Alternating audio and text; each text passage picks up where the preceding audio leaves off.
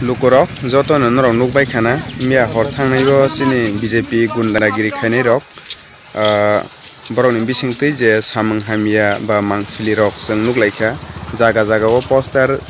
sikjakmani ba podre por je kono hamya khaijakmani abo borok ni bisingtwi nugo tongkachang ni halok no kokpi laiwi tongo phiaba bo bhai poricity rok nugui tongkhana aboni bagi clear picture ang ground zero report ni bisingtwi ang norok no phunuknai omo kaisa chini kila motor stand ni kaisa boot office tangjakmani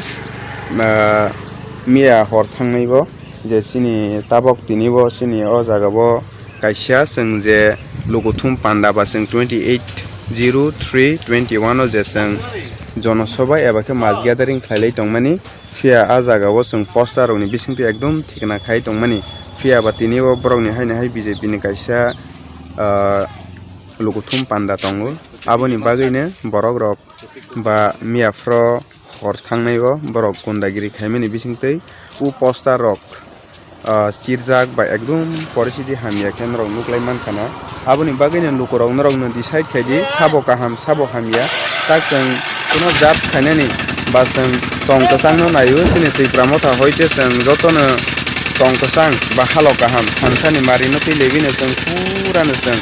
sara hayongo twiprasa bai twiprasa kono walai thuklai korina thabinai chong halok kaham ke tonglainani chong sakha laibo kiaba borok ni je tong hamya tong sitra abono nuklaio abono joto twipra hasteni je lukurok nang koina musugo jater chong tongkachango tongoi bulaya walaya khaibinai chong tongkachang tongnani kiaba ang norok no clear picture romani engkha abono